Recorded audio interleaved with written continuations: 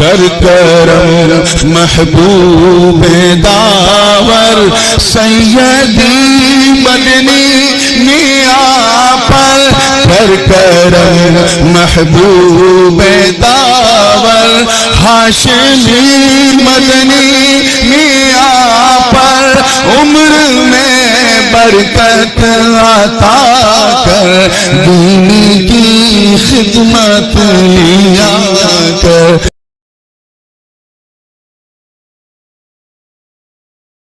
True Islam app کو پلے store سے ضرور ڈاؤن لوڈ کیجیے اور شیئر کیجیے. السلام علیکم ورحمۃ اللہ. وعلیکم السلام ورحمۃ اللہ وبرکاتہ. الحمدللہ. آپ کیسے ہیں؟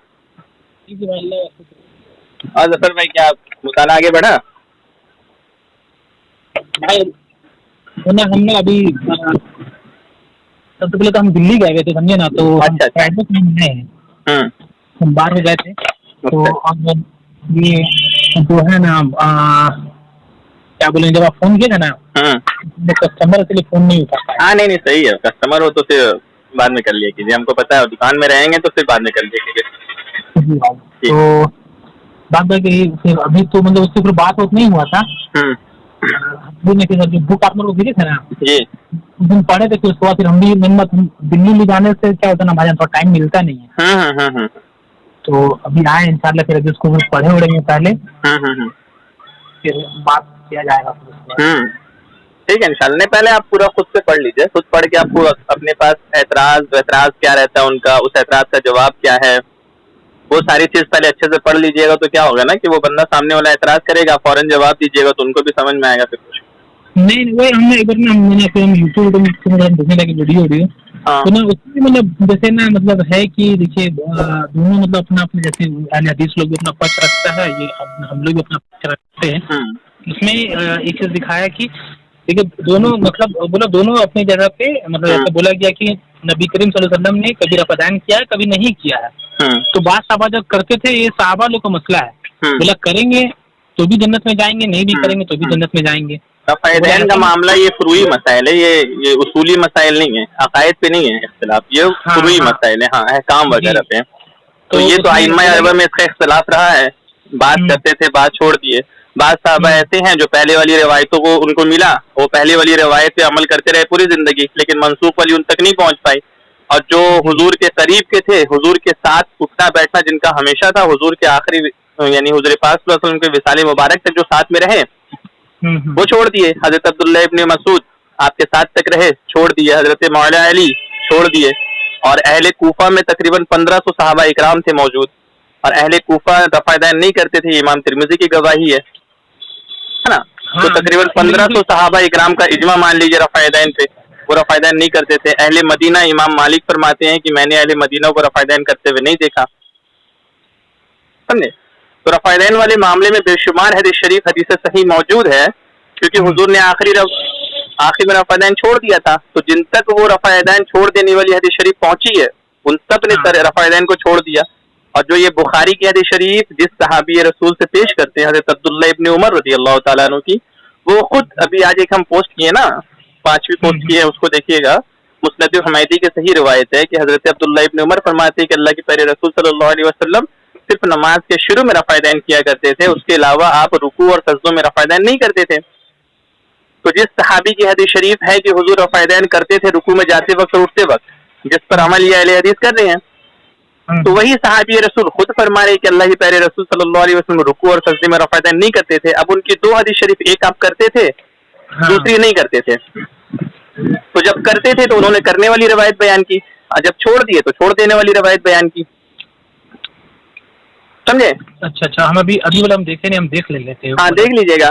اور یہی حضرت عبداللہ ابن عمر ہی ہے جو فرماتے ہیں کہ حضور سجدے میں رفع دین کیا کرتے تھے. تو جب سجدے میں رفع دین کیا کرتے تھے تو وہ سجدے کے حدیث شریف بیان کیے. جب سجدے کی چھوڑ دیے تو آپ فرماتے ہیں کہ حضور صرف رکوع میں کرتے تھے, سجدے میں نہیں کرتے تھے. پھر جب آپ رکوع کی بھی چھوڑ دیے تو پھر آپ خود فرما رہے کہ حضور پاک صلی اللہ علیہ وسلم صرف تکبیر الاولیٰ میں رفع دین کیا کرتے تھے, اس کے علاوہ رکوع اور سجدے میں نہیں کرتے تھے, ہے نا. اور پھر اس کے بعد خود حضرت عبداللہ ابن عمر کی اپنا فعل ان کے شاگرد خود فرماتے ہیں کہ حضرت عبداللہ ابن عمر کو میں نے نماز پڑھتے ہوئے دیکھا تو آپ نے صرف تکبیر اولیٰ میں ہی رفع دین کی, اس کے علاوہ کہیں نہیں کی. تو جب حضور رفع دین کرتے تھے رکوع میں تو حضرت عبداللہ ابن عمر بھی کرتے تھے، جب حضور چھوڑ دیے تو حضرت عبداللہ ابن عمر بھی چھوڑ دیے. تو چاہیے یہی کہ ان کو جب حدیث شریف ملی آپ کے پاس رفع یدین کرنے کی، آپ کو آپ کے مولویوں نے دی، لیکن بعد والی حدیث شریف آپ کو آپ کے مولویوں نے نہیں دی، تو ان کو چاہیے تھا کہ اگر ہم ابھی دے رہے ہیں اور حضرت عبداللہ ابن عمر کی حدیث شریف دے رہے ہیں جن پر وہ عمل کر کے رفع یدین کرتے ہیں رکوع میں، تب انہی کی ہی حدیث شریف ہم دے رہے ہیں کہ حضور پاک صلی اللہ علیہ وسلم رکوع میں رفع یدین نہیں کرتے تھے، سجدے میں نہیں کرتے تھے، اور ان کا خود اپنا عمل ہے کہ آپ رکوع اور سجدے میں رفع یدین نہیں کیا کرتے تھے. امام مالک کی حدیث شریف پیش کرتے بخاری شریف سے. امام بخاری حضرت امام مالک سے روایت نقل کی ہے کہ امام مالک فرماتے ہیں کہ حضور رکوع میں رفع یدین کیا کرتے تھے. ٹھیک ہے، تو جب کرتے تھے وہ تب کی روایت نقل فرماتی ہے، لیکن پھر خود حضرت امام مالک فرماتے ہیں المدونات الکبریٰ جو امام مالکیہ ایک مسلک کی سب سے معتبر کتاب ہے، اس میں آپ فرماتے ہیں امام مالک رحمۃ اللہ علیہ کہ میں تکبیر اولیٰ کے علاوہ کہیں بھی رفع یدین کو نہیں جانتا ہی نہیں ہوں. بولے کہ تکبیر اولیٰ کے علاوہ ہر جگہ رفع یدین ضعیف ہے. آپ فرماتے ہیں اہل مدینہ کو میں نے رفع یدین کرتے ہوئے نہیں دیکھا. تو جو جب یہ خود جس امام مالک کی روایت پر عمل کر کے رفع یدین کر رہے ہیں تو ان کا خود کا اپنا عمل یہ ہے کہ وہ خود رفع یدین نہیں کر رہے ہیں اور رفع یدین کا انکار کر رہے ہیں. تو انکار کرنے کا مطلب یہ نہیں کہ حضور پاک صلی اللہ علیہ وسلم کبھی نہیں کیے. انکار کرنے کا مطلب یہ ہے کہ حضور پاک صلی اللہ علیہ وسلم رفع یدین چھوڑ دیے تھے. جب حضور رفع یدین چھوڑ دیے تو پھر بھیا اس کے بعد میں رفع یدین کو نہیں جانتا. جی وہی صحیح بات ہے. اپنا بھائی ایک سجاؤ تھا کہ بولتے نا لوگ ہم لوگ امام ترمذی والے جو حدیث میں دیے تھے جی تو اپنے بتا دیں تو بولے امام ترمذی بھی رفع یدین کرتے تھے. تو بولے کہ امام ترمذی کو ملتا اگر وہ رفع یدین اگر منصور امام ترمذی چھوڑ دیتے جی امام ترمذی کو چھوڑ دیتے پھر امام ترمذی کیسے کرتے تھے یہ تو امام ترمذی کو ہم مانیں گے یا پھر ہم حضرت عبداللہ ابن عمر صحابی رسول کو مانیں گے اگر درجے کو دیکھا جائے تو. اب جب حدیث کی بات آتی ہے تو شخصیت کو وہ تقلید تو کرتے نہیں ہے، کسی شخصیت کی بات کو تو وہ مانتے نہیں ہیں، ہے نا بھائی. ان کا دعویٰ خود کا ہے نا. دیکھیے ایک طرف یہ کہتے ہیں کہ ہم کو کسی امام کسی مولوی کسی امام عالم کی تقلید مت کرواؤ کہ وہ کیا کرتے تھے وہ کیا نہیں کرتے تھے. ہم کو اللہ کے پیارے رسول کی حدیث شریف بتاؤ اور صحابہ اکرام کی حدیث شریف بتاؤ. صحابہ اللہ کے رسول صلی اللہ علیہ وسلم کیا کرتے تھے اور صحابہ اکرام کیا کرتے تھے. ٹھیک ہے، تو جب اب ان کا یہ اصول ہے کہ بھیا صحابہ اکرام کو اور حضور کو دیکھنا ہے تو بھیا یہاں پر یہ صحابہ اکرام جو رفع یدین بیان کر رہے ہیں وہ خود کر کے رفع یدین کی حدیث شریف بیان کرتے ہیں کہ حضور پاک صلی اللہ علیہ وسلم رکوع اور سجدے میں نہیں کرتے تھے، اور جس کی حدیث شریف پہ آپ عمل کر رہے ہیں وہ خود رفع یدین نہیں کرتے. تو اب امام ترمذی رحمۃ اللہ تعالیٰ علیہ بڑے ہیں یا پھر امام حضرت عبداللہ ابن عمر جو حضرت عمر فاروق کے بیٹے ہیں اور جو صحابی رسول ہے وہ بڑے ہیں؟ کن کی مانی جائے؟ حضرت ابن عمر کی مانی جائے. ہاں تو حضرت عبداللہ ابن عمر حضور کو دیکھے، حضرت امام ترمذی تو نہیں دیکھے. اور امام ترمذی خود حدیث شریف لا رہے ہیں کہ حضرت عبداللہ ابن مسعود فرماتے ہیں کہ اللہ کے رسول صلی اللہ علیہ وسلم سے تکبیر اولیٰ میں رفع یدین کیا کرتے تھے، اس کے علاوہ کہیں نہیں کرتے تھے. اور امام ترمذی فرماتے ہیں یہ حدیث حسن صحیح ہے، اور اس حدیث شریف کو تقریباً 11 سے 10 سے زیادہ اہل حدیث کے عالموں نے صحیح قرار دیا ہے. ان لوگوں نے بھی صحیح مانا یہ حدیث صحیح ہے. بخاری مسلم کی راویوں کے مطابق اس کے راوی بھی بخاری مسلم کے راوی ہیں، تو اس پر ضعیف ہونے کا کوئی سوال ہی پیدا نہیں ہوتا. اور امام ترمذی خود فرماتے ہیں کہ یہ روایت جو ہے ابن مسعود کی اسی طرح سے برا بن عازب رضی اللہ تعالیٰ عنہ کی بھی روایت ہے. اور امام ترمذی خود فرماتے ہیں کہ اسی پر عمل جو ہے سفیان ثوری کا ہے جو صحیح ستہ کے راوی ہے، معتبر راوی. اسی پر عمل اہل کوفہ کا ہے، اور اسی پر عمل اہل علم صحابہ اور تابعین کا ہے. تو جب اہل علم صحابہ اور تابعین کا ترک رفع یدین والی حدیث شریف پہ عمل ہے، امام ترمذی خود فرما رہے تو اس کو کیوں نہیں مانتے؟ اس کو بھی تو ماننا ہے نا. اور اہل علم صحابہ کی بات کرتے وہ اپنے بارے میں نہیں بات کرتے ہیں. اور اہل حدیث کا اصول ہے نا امام کو نہیں مانتے. بھیا کسی ائمہ اکرام کے اقوال کو مت پیش کرو آپ، تو بھیا کسی امام کے قول نہیں پیش کرتے. امام ترمذی خود فرما رہے کہ بھیا صحابہ اکرام رفع یدین نہیں کرتے تھے، اہل علم صحابہ اکرام اور تابعین. اور آپ فرماتے 1500 آپ فرماتے کہ اور اہل کوفہ بھی ترک رفع یدین پر عمل کرتے ہیں.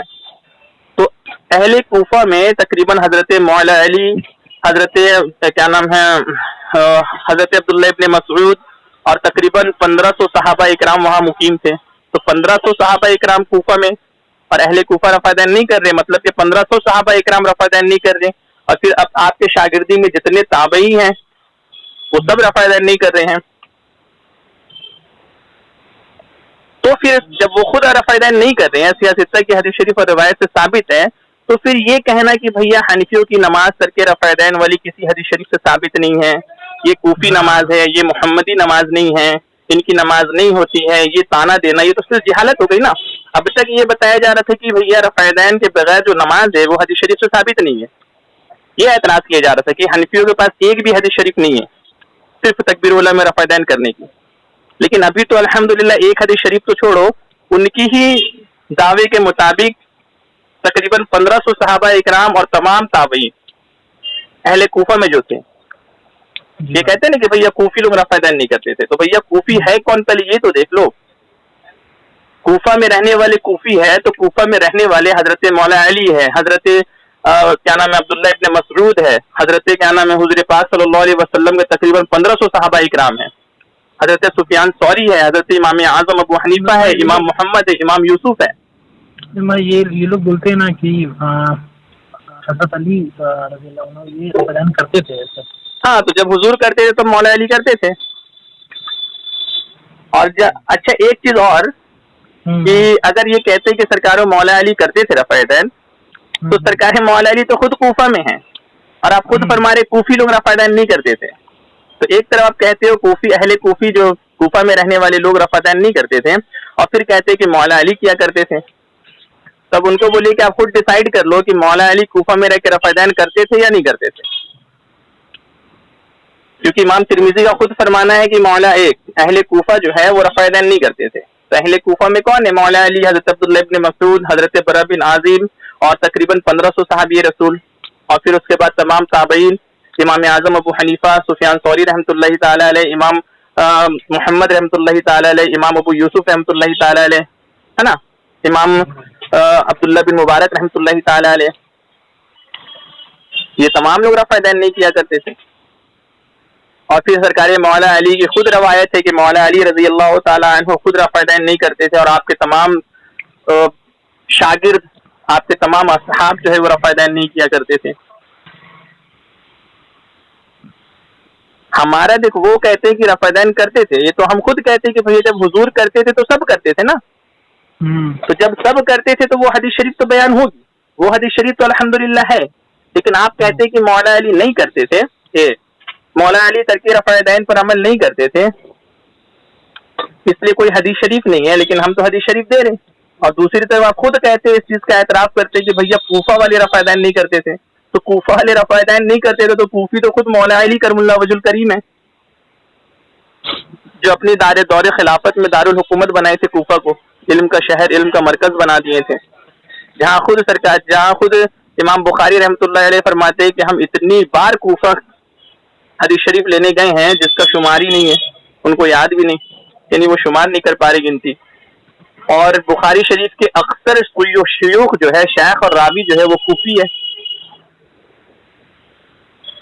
جب بخاری شریف آپ پڑھیں گے نا تو بخاری شریف میں سب سے زیادہ اگر کوئی شیخ اور استاد اور راوی ہیں روایت کرنے والے حدیث شریف جن سے امام بخاری نے روایت لی ہے، وہ سب سے زیادہ وہ کوفہ کے راوی ہیں، تو کوفہ کے راوی حدیث آپ کو اس سمے مطلب امام بخاری مطلب ایک بار بھی ان کو مطلب وہی کبھی مطلب یہ مطلب پرسنل کوشچن ہے، جیسے وہ لوگ ایک بھی حدیث ایسا نہیں لے کر کے رفع دین والی تھی، ایسا کچھ امام بخاری کو ایک بھی حدیث ایسا نہیں مل کر کے رفع دین والی تھی جیسے نماز کا، اتنے بار وہ گئے تو ان کو ملی، لیکن دیکھیے ان کو امام بخاری تو خود فرما رہے نا کہ ہم کو 3 لاکھ حدیث شریف یاد تھی، 3 لاکھ حدیث شریف انہوں نے روایت کی ہے، لیکن امام بخاری پوری 3 لاکھ حدیث شریف تھوڑی بخاری شریف میں لکھ دیے ہیں،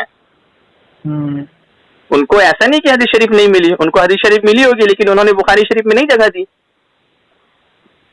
اب وہ امام بخاری شافعی مسلک کے تھے، شافعی مذہب کے تھے، تو وہ اپنے مذہب پر دلالت کرنے والی روایتوں کو زیادہ جمع کی ہیں، سمجھے؟ اب کوئی کہے کہ امام بخاری ترک رفع دین کی حدیث شریف کیوں نہیں لکھے، تو بھیا کیوں نہیں لکھے تو امام بخاری سے پوچھنا ہوگا جا کے، اور امام بخاری رحمۃ اللہ تعالی علیہ تو تقریباً 3 لاکھ حدیث شریف میں 4,500 حدیث شریف ہی جمع کی ہیں، باقی کی حدیث شریف کہاں ہے؟ باقی کی حدیث شریف اگر وہ نہیں لکھے تو وہ حدیث شریف نہیں ہے, اس کو نہیں مانی جائے گی. اور امام بخاری لکھے یا نہیں لکھے اس پہ کوئی معاملہ ہی نہیں ہے. یہاں معاملہ حدیث مصطفیٰ کا ہے کہ حدیث مصطفیٰ صلی اللہ علیہ وسلم ہے یا نہیں ہے. حدیث مصطفیٰ امام بخاری پر تھوڑی ہے دار و مدار ہے کہ امام بخاری جو روایت کر دے وہی حدیث مصطفیٰ ہے, اس کے علاوہ کوئی نہیں ہے. اور امام بخاری رحمۃ اللہ تعالی علیہ جو حدیث شریف لکھے ہیں وہ تقریباً آپ کا 16 یا 17 سال میں یہ حدیث شریف پوری لکھے ہیں. آپ ایک حدیث شریف لکھتے ہیں, لکھنے سے پہلے آپ پہلے غسل کرتے ہیں, 2 رکعت نفل ادا کرتے ہیں, پھر ایک حدیث شریف لکھتے ہیں.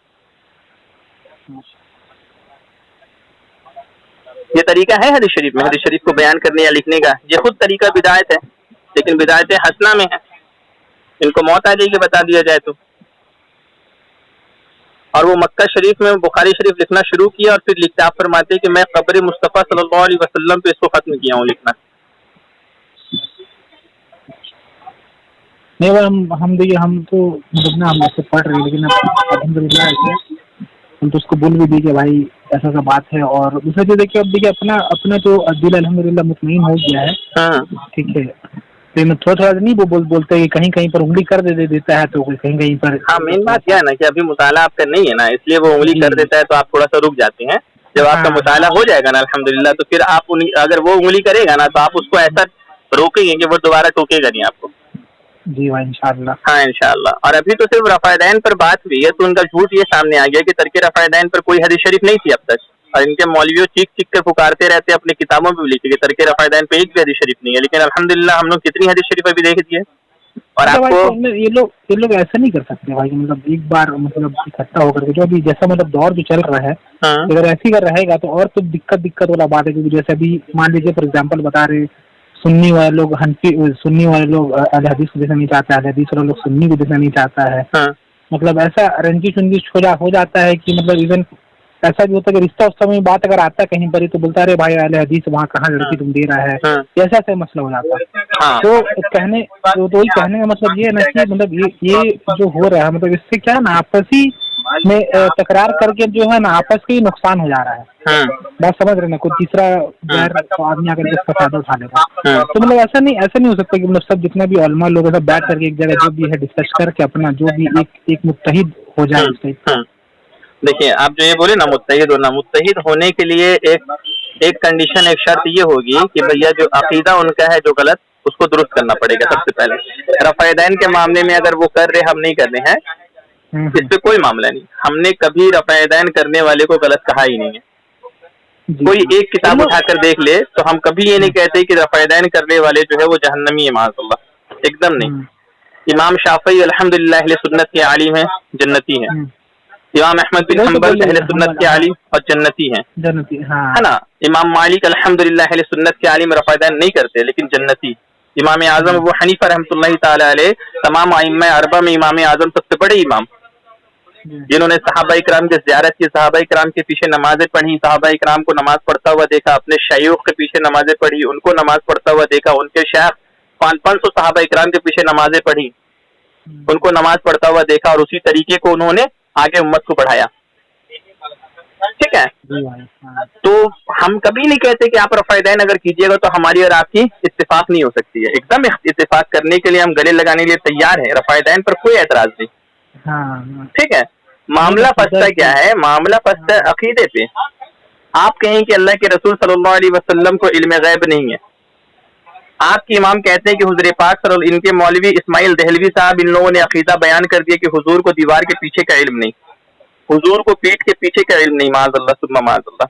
لیکن حضور کی حدیث شریف جب ہم پڑھتے ہیں تو حضور فرماتے ہیں, بخاری شریف کی حدیث شریف ہے کہ مجھے اللہ کی قسم میں جس طرح آگے دیکھتا ہوں سامنے دیکھتا ہوں ویسے اپنے پیٹھ کے پیچھے بھی دیکھتا ہوں. حضور سامنے اور پیٹھ کے پیچھے حضور فرماتے اللہ کی قسم میں برابر دیکھتا ہوں. لیکن یہ کہتے ہیں کہ حضور پیٹھ کے پیچھے نہیں دیکھتے, پیٹھ کے پیچھے کا علم نہیں. یہ کہتے ہیں حضور کو دیوار کے پیچھے کا علم نہیں. لیکن بخاری شریف کی حدیث شریف ہے جنگ یمامہ میں, جنگ موتا میں حضور پاک صلی اللہ علیہ وسلم مسجد نبوی شریف میں بیٹھے ہیں اور آپ موتا میں جو جنگ ہو رہی تھی اس جنگ کا آنکھوں دیکھا حال بیان فرما رہے ہیں. اور جبکہ مدینہ شریف سے یہ جنگ کئی میل دور ہو رہی ہے جہاں سے خبر آنے میں مہینوں لگ جائیں گے. حضور مسجد نبوی شریف میں بیٹھے ہیں, آپ فرماتے ہیں کہ ابھی جھنڈا فلاں کے ہاتھ میں ہے, وہ بھی شہید ہو چکے ہیں, اب جھنڈا فلاں کے ہاتھ میں ہے, وہ بھی شہید ہو چکے ہیں. یہ فرماتے ہوئے حضور کی آنکھ مبارک سے آنسو بہنے لگے. پھر حضور فرماتے ہیں اب جھنڈا فلاں کے ہاتھ میں ہے, وہ بھی شہید ہو گئے. پھر حضور فرماتے ہیں اب جھنڈا اللہ کے تلواروں میں سے ایک تلوار حضرت خالد بن ولید رضی اللہ تعالیٰ عنہ کے ہاتھ میں ہے, اور اللہ رب العالمین نے مسلمانوں کو ان کے ہاتھوں پہ فتح نصیب فرما دی, مسلمان یہ جنگ جیت گئے. ٹھیک ہے, یہ حضور مسجد نبوی میں بیٹھ کر ایک دیوار نہیں, کئی دیوار, کئی فاصلہ, کئی میل دور کی خبر بتا رہے ہیں, آنکھوں دیکھا حال. یہ بدبخت کہتے ہیں کہ حضور کو پیٹ کے پیچھے کا علم نہیں ہے. تو اس پر ہم اتفاق کر لیں, اس پر تو اتفاق نہیں ہو پائے گا نا, کیونکہ جہاں شان مصطفیٰ کی بات آئے گی تو اہل سنت و جماعت جان اور گردن قربان کر دیں گے, لیکن گستاخوں سے اتفاق نہیں کر سکتے, اور کوئی اہل ایمان نہیں کر سکتا. جی بھائی, اگر آپ کے ہی سامنے, اگر کوئی آپ کے والد کو اگر کچھ معلومات نہیں بھی ہے, لیکن اگر کوئی اسپیکر لے کے آپ کے والد کے بارے میں کہے کہ ان کے والد کو یہ نہیں پتا, ان کے والد کو وہ نہیں پتا, ان کے والد جاہل ہے, ان کے والد ان پڑھ ہے, معاذ اللہ, بھلے ہی کیسا اچھا آدمی ہو وہ, آپ اسے سلام کلام کریں گے؟ نہیں کریں گے, آپ لڑ لیجیے گا. تو حضور فرماتے ہیں, صحیح بخاری کی حدیث شریف ہے, کہ تم میں سے کوئی اس وقت تک مومن نہیں ہو سکتا جب تک تم مجھے اپنے والدین سے زیادہ, اپنی اولاد سے زیادہ, اپنی اہلیہ سے زیادہ, اپنے مال و دولت سے زیادہ, دنیا کی ہر ایک چیز سے زیادہ, یہاں تک کہ اپنی جان سے بھی زیادہ محبت نہ کرو. تو مومن ہونے کی علامت یہی ہے کہ ہم کو حضور سے سب سے زیادہ محبت کرنا ہے. تو اگر ہم اپنے والد کی برائی کرنے والے, ان کی کمیاں, اگر ان میں کمیاں ہیں واقعی میں, کمیاں ہونے کے باوجود اس کو بیان کرنے والے سے ہم سلام کلام اور اتفاق نہیں کر سکتے ہیں, تو پھر حضور میں تو وہ کمیاں نہیں ہیں. تو جو کمیاں نہیں ہیں, اس کمیے کو, وہ عیب کو حضور کی طرف جھوٹی منسوب کرنا, حضور کی طرف الزام لگانا کہ حضور پیٹھ کے پیچھے کی خبر نہیں, حضور پاک صلی اللہ علیہ وسلم کو دیوار کے پیچھے کی خبر نہیں, جبکہ حضور نے سب خبریں بتا دی, تو پھر ہم کیسے اس سے اتفاق کر سکتے ہیں؟ اختلاف تو یہاں ہے, رفعین پہ تو ہے ہی نہیں اختلاف. نہیں, وہ تو ہے ہی بھائی.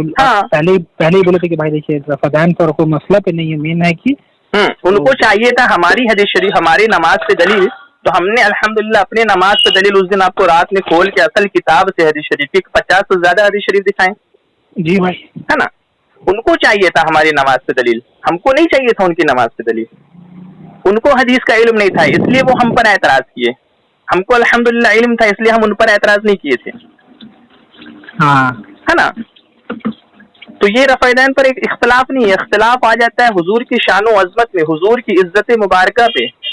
وہ حضور کی شان بیان کر کے, ان کی حضور کی شان اگر بیان کرو تو ان کے چہرے ایسے لٹک جاتے ہیں جیسے ان کے گھر میں ان کے باپ کی میت ہو گئی. اس پر اختلاف ہے نا. ان کے مولوی لکھتے ہیں کہ حضور معاذ اللہ مر کے مٹی میں مل گئے, نعوذ باللہ معاذ اللہ, جبکہ حضور کی حدیث شریف ہے, حضور فرماتے ہیں کہ اللہ کا نبی زندہ ہوتا ہے, اللہ نے زمین پر حرام کر دیا ہے کہ وہ انبیاء کے جسموں کو کھائے یا نقصان پہنچائے. اللہ کا نبی زندہ ہوتا ہے, انہیں رزق دی جاتی ہے. تب حضور فرمانے کے اللہ اتنا سارا حدیث ہے, سب کچھ ہے, کہ ایک حدیث ایسا بھی آیا نا کہ ایک ستارہ ہے جو 70 سال میں یا 70,000 سال میں ایک بار چمکتا تھا, تو وہ حضرت جبریل امین فرماتے ہیں کہ میں نے ان کو 72,000 مرتبہ دیکھا ہے.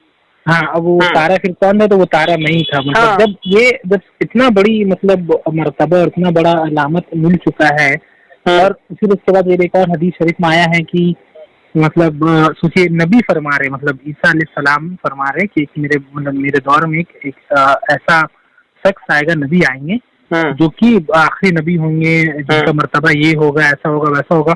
تو پھر لوگ ان سے پوچھے کہ کیا ان کا مرتبہ آپ سے بھی اعلیٰ ہوگا, تو وہ فرماتے کہ میں ان کا جوتا کا دھول نہیں ایسے کر کے. سوچیے اتنا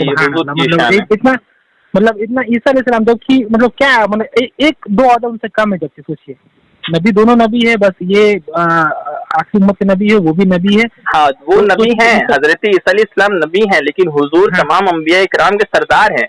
حضور کے صدقے اللہ رب العالمین نے تمام انبیاء کو پیدا فرمایا, تمام مخلوقات کو پیدا فرمایا حضور کے صدقے. جی بھائی, وہی تو نبی کریم صلی اللہ علیہ وسلم کو بولا گیا نا کہ دنیا میں نبی کریم صلی اللہ علیہ وسلم کو لانا تھا, بول کر کے دنیا بنائی گیا, کائنات بنایا گیا, انسان بنایا گیا, سب کچھ بنا. تو اس نبی کی شان بیان کرنے میں کیا تکلیف ہوتی ہے؟ اگر ایک لمحے کے لیے اگر اس کی تحقیق کے مطابق مان بھی لیا جاتا, حضور کو نہیں معلوم تھی, نعوذ باللہ معاذ اللہ, حالانکہ ایسا نہیں ہے.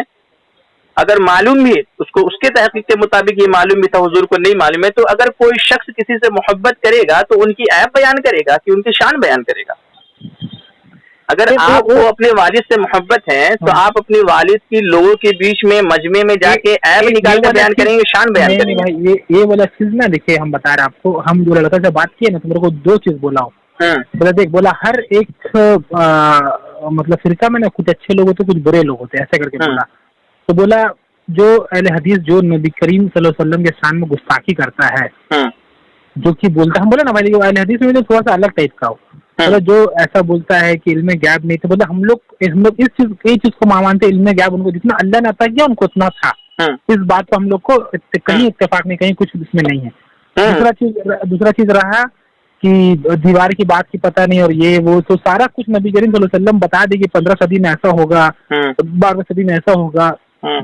تو وہ چیز بولا اس میں کہ دیکھیے اس میں کیا ہوتا ہے نا کہ کچھ اہل حدیث جو ہے وہ کچھ نہیں اہل حدیث جماعت جو ہے نا، دیکھیے جو فرقہ ہوتا ہے اس کے امام اور اس کے مولویوں کو دیکھا جاتا ہے. ان کے مولوی خود تھا، توصیف الرحمان لکھتا ہے، اہل حدیثوں کے رد میں کتاب لکھی تھی کہ ہر گروہ کا عقیدہ ان کے مولوی طے کرتے ہیں. ٹھیک ہے، ہر گروہ کا عقیدہ، کوئی بھی جماعت ہو اس کا عقیدہ ان کے مولوی طے کرتے ہیں. تو اگر کسی جماعت کا عقیدہ آپ کو دیکھنا ہے اور نظریہ دیکھنا ہے تو اس کی عوام کو نہیں، اس کی جماعت کی جو آتھینٹک کتابیں ہیں ان کو دیکھنا ہوگا. ٹھیک ہے، اب اگر یہ بندہ کیسا اہل حدیث ہے یا کیسا نہیں ہے تو ہم کو اس فرد سے نہیں لینا دینا ہے، ہم کو اس کی جماعت سے لینا دینا ہے کہ اس کی جماعت کیسی ہے. تو اس کی جماعت اور اس کی گروہ کو اگر ہم کو جاننا ہے تو ہم کو ان کے مولویوں کی، ان کے اکابرین کی کتابوں اور ان کی تقریروں کو دیکھنا ہے. جی بھائی ٹھیک ہے، تو ان کے اکابرین اور ان کے جو بڑے بڑے ائمہ اکرام جن کو یہ بہت بہت بڑا بڑا لقب سے پکارتے ہیں، جن کی توہین کرنے پہ ہم سے لڑ جاتے ہیں، وہ سب تو حضور کے گستاخ ہیں. تو حضور کے گستاخوں کی جماعت میں شامل ہونا کیسا ہے؟ کنز العمال کی حدیث شریف ہے، ایک شخص کا آخری وقت آیا، لوگوں نے کہا کہ کلمہ پڑھو، وہ کہتا ہے کہ میں نہیں پڑھتا. وہ لوگ جب زیادہ اصرار کیے تو وہ کہتا ہے کہ میں کلمہ پڑھنا چاہتا ہوں لیکن یہ دو شخص جو میرے کاندھوں پہ بیٹھے ہیں مجھے کلمہ پڑھنے نہیں دے رہے. تو بولے وہ دو شخص کون؟ بولے یہ دو شخص بیٹھے ہیں، دونوں فرشتے تھے. بولے کہ میں تمہیں کلمہ پڑھنے نہیں دوں گا. کیوں؟ کیونکہ تو اس شخص کے ساتھ رہا کرتا تھا جو حضرت ابوبکر صدیق کو گالیاں دیا کرتا تھا. تو یہ شخص حضرت ابوبکر صدیق کو گالیاں نہیں دیا کرتا تھا، یہ صرف اس شخص کے ساتھ بیٹھا کرتا تھا جو حضور کا، حضرت ابوبکر صدیق کا گستاخ تھا، اللہ کے رسول کا گستاخ نہیں تھا. حضرت ابوبکر صدیق رضی اللہ تعالیٰ عنہ کا گستاخ تھا، ان کو گالیاں دیا کرتا تھا، صرف اس کے ساتھ بیٹھنے کی وجہ سے اس کا خاتمہ ایمان پر نہیں ہوا. تو اب اگر اہل حدیث بولے کہ ہم ایسا نہیں ویسا ہے تو بھیا وہ تو جس گروہ میں آپ شامل ہو گئے ہو اس گروہ کے بڑے بڑے اکابرین، بڑے بڑے علماء اکرام اور وہ پورا گروہ کا عقیدہ ہی حضور کے خلاف ہے، حضور کی دشمنی پہ ہے، حضور پاک صلی اللہ علیہ وسلم کی گستاخیوں پر ہے. تو آپ وہ تو حضرت ابوبکر صدیق کا گستاخ تھا، حضور کا گستاخ نہیں تھا، اس کا خاتمہ ایمان پہ نہیں ہوا صرف اس کے ساتھ بیٹھنے کی وجہ سے. تو آپ جس گروہ میں ہو وہ گروہ تو اللہ کی پیارے رسول کا گستاخ ہے. تو بھلے آپ گستاخیاں نہیں کرتے ہو لیکن ویسے گروہ کے ساتھ رہ رہے ہیں جو اللہ کے پیارے رسول تمام انبیاء کے سردار کا گستاخ ہے. تو اس بنا پہ آپ کا خاتمہ ایمان پہ کیسے ہوگا؟